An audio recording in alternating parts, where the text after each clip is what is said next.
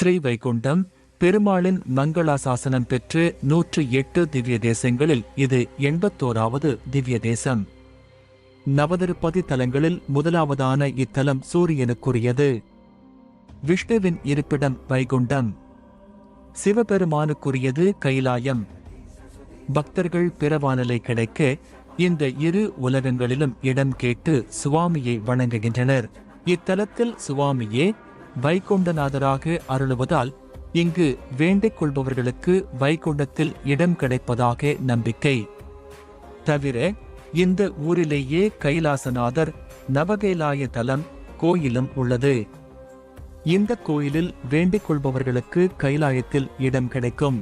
இவ்வாறு ஒரே ஊரில் வைகுண்டம் கைலாயம் என இரண்டையும் தரிசிக்கலாம் என்பது விசேஷம். மணித்துளி தரிசனம் வைகுண்ட ஏகாதசி என்று உற்சவர் கள்ளபிரானை அர்த்த மண்டபத்திற்குள் கொண்டு செல்வர்.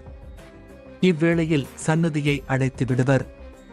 பின் கண் இமைக்கும் நேரத்திற்குள் நடை திறந்து சுவாமிக்கு தீபாராதனை காட்டி உடனே அடைத்து விடுவர்.